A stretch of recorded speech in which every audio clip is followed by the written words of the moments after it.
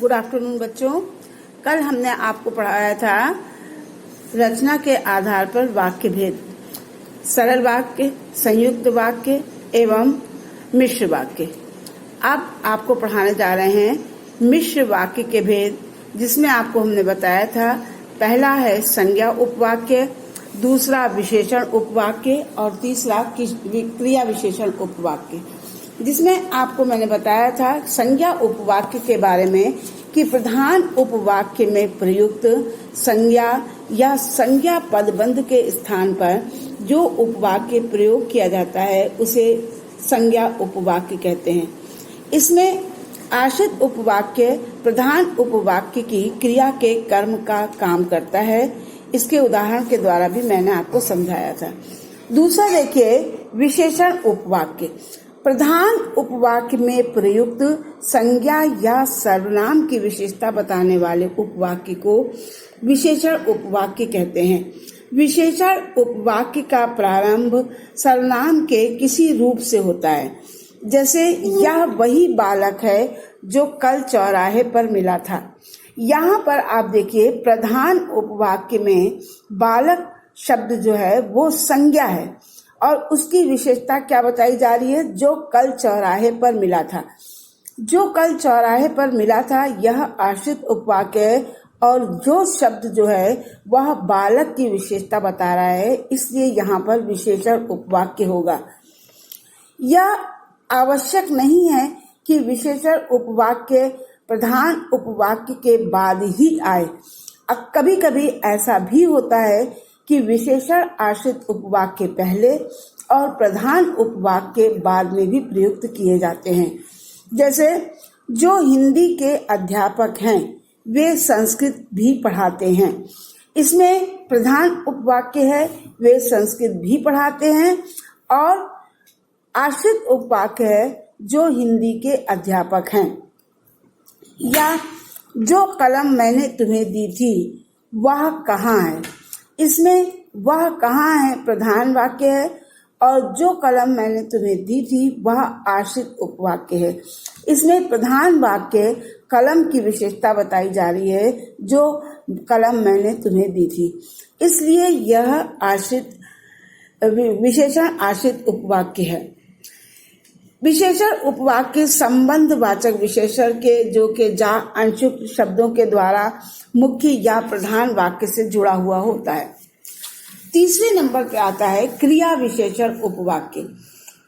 प्रधान उपवाक्य की क्रिया के संबंध में सूचना देने वाले या विशेषता बताने वाले आश्रित उपवाक्य क्रिया विशेषण उपवाक्य कहलाते हैं।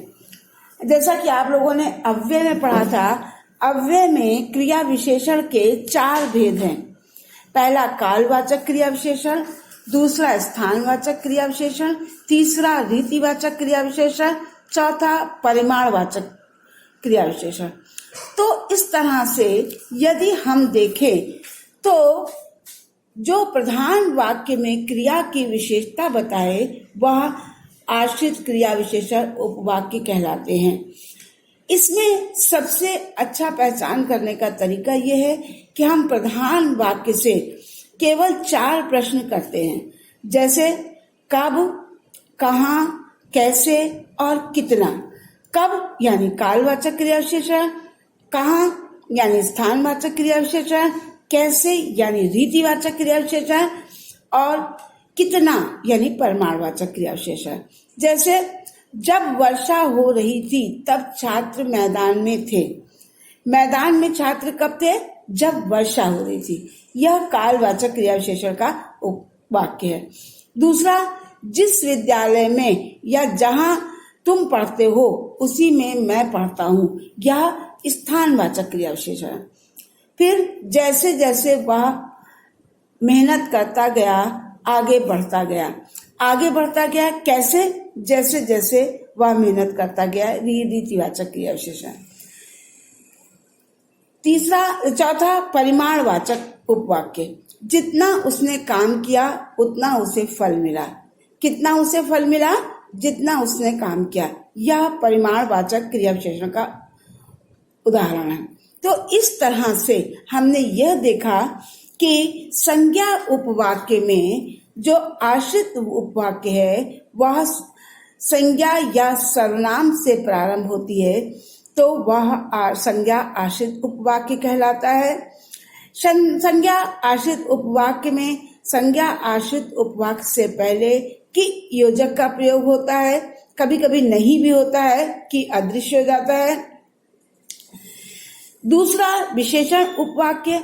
विशेषण उपवाक्य में प्रधान उपवाक्य में जो प्रयुक्त संज्ञा या सर्वनाम की विशेषता बताने वाले उपवाक्य को विशेषण उपवाक्य कहते हैं। जैसे यह वही बालक है जो मुझे चौराहे पर मिला था। यहाँ पर बालक प्रधान वाक्य है और जो मुझे चौराहे पर मिला था वह आश्रित है। यहाँ पर जो शब्द बालक की विशेषता बता रहा है इसलिए यह विशेषण उपवाक्य है।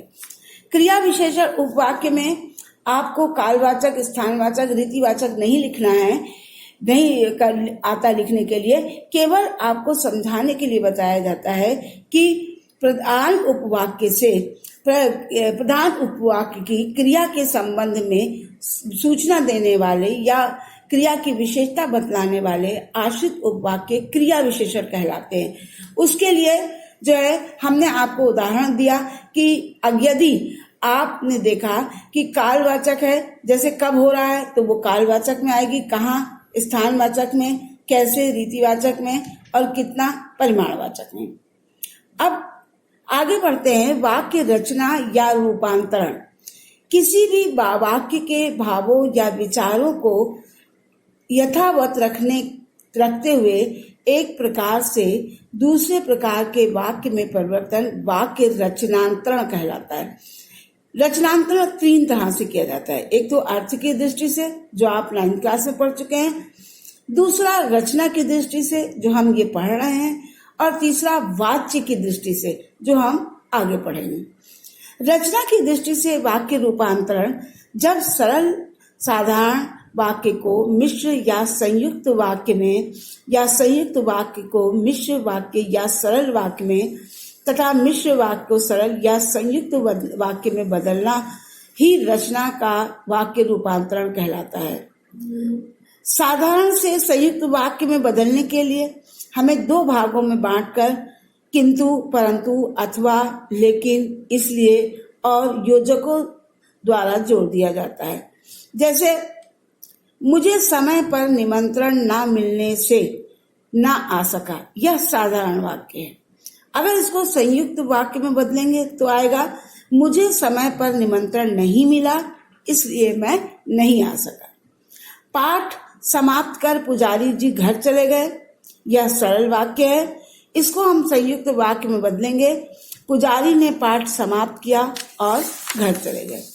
इसी तरह संयुक्त वाक्य से मिश्र वाक्य में बस छूट गई इसलिए वह कार्यालय नहीं गया, यह संयुक्त वाक्य है। इसको अगर हम सरल वाक्य में बदलेंगे तो बस छूटने के कारण वह विद्यालय नहीं गया। उसने बस्ता उठाया और विद्यालय चला गया, यह संयुक्त वाक्य है। और वह बस्ता उठाकर विद्यालय चला गया, यह सरल वाक्य है। इसी तरह से सरल वाक्य को मिश्र वाक्य में जैसे दूसरों की मदद करने वालों की सराहना होती है, यह सरल वाक्य है। अब इसको मिश्र वाक्य में कैसे बदलेंगे? जो दूसरों की मदद करते हैं उनकी सराहना होती है। ऐसे ही मिश्र वाक्य को सरल वाक्य में जैसे जिस लड़के ने शीशा तोड़ा था वह आज नहीं आया। अब जिस लड़के ने शीशा तोड़ा था, ये इसको बदलेंगे शीशा तोड़ने वाला लड़का आज नहीं आया। तो इस तरह से आपको मैं कुछ वाक्य दे रही हूं और उसके आगे ब्रैकेट में लिखा हुआ है कि इसको कैसे बदलना है। आप उसका अभ्यास करें और करके कॉपी में लिखें।